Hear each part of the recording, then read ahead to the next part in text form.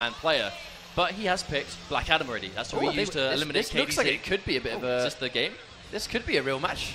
Oh, I actually think it could be, yeah. Oh, unless King is just really wanting to make sure that interaction works. He just really likes walking back. Now, here we go. Now, Aquaman, I think we understand why he's potentially gone for Aquaman in this matchup. So, Dragon previously lost to Slayer's Black Adam. I think maybe taking from that, probably going, do I pick Aquaman here? Giving it a go, and to be honest, looking a little bit more strong.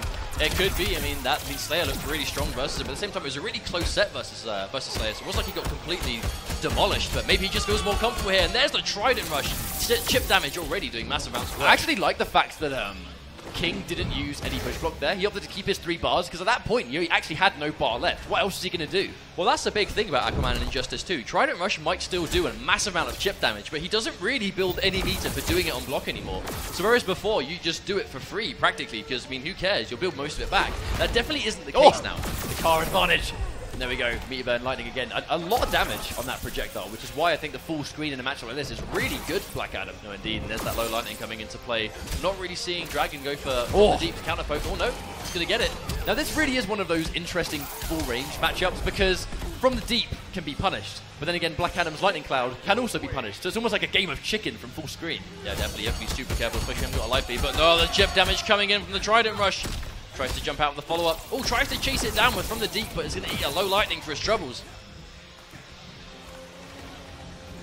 And here's that slow pace. Just consistently just sitting there walking back. He can block her from the deep. He can punish it accordingly. He's on point. We're seeing every Black Adam player do this today, though. When they have a life lead, even if it's like a little life lead like this, they just want to slow things down. They want to walk you to the certain part of the screen. And when you reach a certain range, they just explode. But if a dive kick whiffs when you're in the corner, you're out the corner. So this range, here we go, overhead. Meteor Burn, Trident Rush to get a nice amount of damage. There we go, he gets caught. Full combo from Dragon, but drops the ender. Meteor Burns the scoop, that's going to hurt. Forever King throws him out of the corner. Oh no, he doesn't. He throws him towards. Oh, nice whiff punish from Forever King. Ready for the Trident Rush. Wake up. I actually really like the fact that he sat there, Meteor Burn forward 3, forcing a clash. Now, he didn't go for the combo earlier because he didn't have bar. But now he has got bar. That's when we see the clash, when he can finally help himself with it. So careful, though. He does have access to the orbs.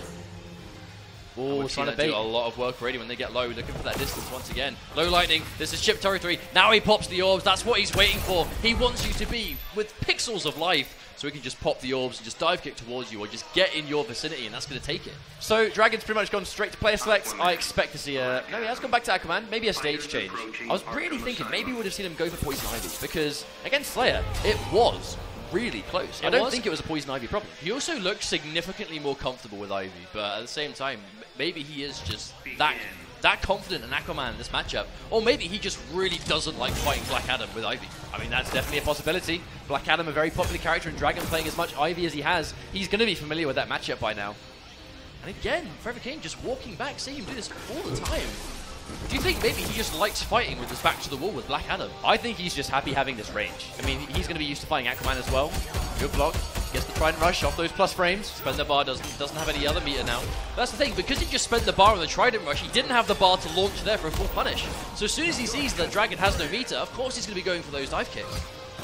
Punish again on the dive kick, but this time spending his only bar of meter on that Meteor Burn from the deep, but escaping, but again, no bar for Trident Rush. This really is sort of showing, I think, the new changes to Aquaman, where he has to make that choice. Combo or Trident Rush. And there's the massive damage coming out for this pressure. Good wake up down 2. Is he going to swap position here? He will have the option to, but yes he is. There's the delay. Throws him towards the corner. Has the space. Wake up lightning hands. There we go. From the deep does connect, and it's going to put him 1 round up. Now, if Dragon can keep this full screen, he may be okay, but I think at this point, anything can get punished. He has to work his way in again. Oh, there's the orbs, doing more than enough damage there to chip him out, and he still has access to the other 2. He has a little bit of uptime left on them as well. There we go. That trade is going to be down for quite a while, so again, he's going to be quite patient, taking guaranteed damage off the cloud, and this full screen battle ever so prominent. Oh, there's a jump in, no anti-air attempt from Dragon. I think Dragon's trying to really keep him in the corner, but he also might be worrying about the dive kick. We've already seen how much damage a dive kick can do. There we go. Oh, there's the wager. I think in this situation, the clash is probably actually just to get full screen. You know, bear in mind, Clash does also change where you are on the stage. It's not just a combo breaker. Here we go. Look at how much distance he's put. Also, Dragon didn't want to spend any bar there. Had an opportunity to guarantee health, but I think he just wants to hold on to it for the chip damage from Trident Rush or the extension on his combos if he gets a hit. Oh, there's the whiff. Oh, catches that one. There's the meteor burn as well. Gets a little bit of damage. A Trident Rush is going to be a lot more dangerous now. Bear in mind, down one, down one, down one. This time works out for Forever King. That was just a game of chicken with the down one. There's the meteor burn dive kick. No, he drops it. May have potentially been to avoid clash. Bear in mind, the combo drop actually almost beneficial because he wasn't able to clash the damage. He has the orbs back though. He has to be really careful now. Looks for it. He was looking for one thing. No! There's the throw tech. Still alive! Oh, the instant jump from Forever King going to do enough damage to just take away that little bit of life left. But the reason that instant jump actually worked was because even though he took the grab, the orb still did all the damage. The jump kick was all he needed. Now do we restart or do we change characters? I think that's the question. He's thinking quite heavily about this. No matter who he picks now, this is it. This is his last opportunity. So now, yeah, he's sticking with it. He's gone for the rematch. He must win 3 games in a row with Aquaman to stay in the tournament. There's the trait. Now that's actually one of the first times we've seen the Aqua Armor used in this entire set. I think he really needs to sit there and go, hang on a minute, I'm not using trait. He's actually not getting launched too many times. A lot of his damage is coming down from chip or the orbs or just lightning. Yeah, King hasn't really landed many full combos in the set, but it's just been the neutral, it's been the range, it's been managing that trait so intelligently. That's where the life's going. And then Meatman forward 3 anti-air. Yeah, we saw King do that a few times already. Definitely kind of go-to option. Massive damage. That's one thing Black Adam does so much damage if he hits you. Plus frames again. The down one respected. Builds sufficient bar for another Trident Rush, but here, no bar to play with. Oh, he's taking that so chip much sequence. Chip. Absolutely disgusting block damage. Black Adam's got a Trident Rush of his own, it seems.